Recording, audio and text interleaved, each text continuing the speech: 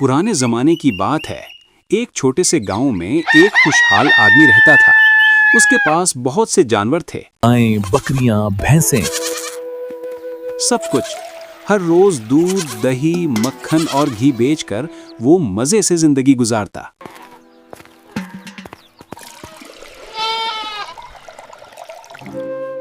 मगर एक दिन किस्मत ने करवट बदली। उसके जानवरों में एक अजीब बीमारी फैल गई। एक के बाद एक सब जानवर मरने लगे। गायें, बकरियां, भैंसें, सब कुछ।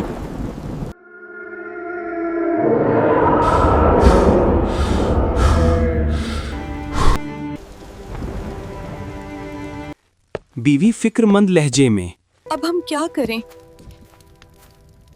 घर में कुछ बचा नहीं। बीवी नरमी से, सुनो, दूसरे गांव का सरदार तुम्हारा दोस्त है ना? उसके पास जाकर मदद मांगो, वो जरूर कुछ करेगा। शौहर खामोशी से सर हिलाता है। अगले दिन साफ कपड़े पहनकर निकल पड़ता है। जब वो सरदार के घर पहुंचा तो दोस्त ने खुशी से इस्तकबाल किया।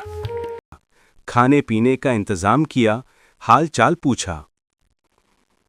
कोई बात नहीं, मैं तुम्हारी मदद जरूर करूंगा। ये बकरी ले जाओ, अगर फिर जरूरत पड़े मेरे पास आ जाना। घर वापस आया तो बीवी ने बकरी देखी और हैरान हुई। बीवी, बस एक बकरी दी तुम्हें? दोनों खामोश मगर सब्र से काम लेते हैं।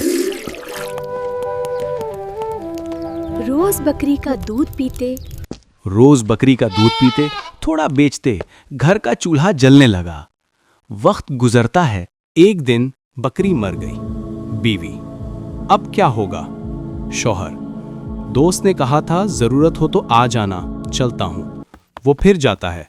दोस्त फिर एक बकरी देता है। इस बार बकरी ज्यादा दूध देने लगी। उसने कुछ दूध बेचा, कुछ पैसा जमा किया और एक और बकरी खरीद ली। बीवी खुशी से, देखो घर में फिर बरकत आ गई है। बीवी कहती है, सुनो, ये सब आपके दोस्त की मदद से हुआ है। जाओ, उनका शुक्रिया अदा करो। वो मुस्कुराते हुए दोस्त के घर जाता है। दोस्त मुस्कुराते हुए, मैं खुश हूं कि तुम्हारे हालात बेहतर हो गए हैं। मुलाजिम को आवाज देता है, बाड़े से 50 जानवर खोलो और मेरे दोस्त के घर छोड़ आओ। शोहर हैरान, 50 जानवर? मेरे पास कुछ ना था, तब तू सिर्फ एक बकरी दी थी। सरदार मुस्कुराते हुए, तब तुम्हारा बुरा वक्त था। अगर मैं तुम्हें तब 100 जानवर भी देता, वो सब मर जाते। मैंने तुम्हें सिर्फ इतना दिया जितना तुम्हारे नसीब को बर्दाश्त था। अब जब अच्छा वक्त आ गया है, तुम इन जानवरों के हकदार हो। बच्चों, इस कहानी से हमें ये सबक मिलता है कि अल्लाह कभी बंदे को खाली हाथ नहीं छोड़ता।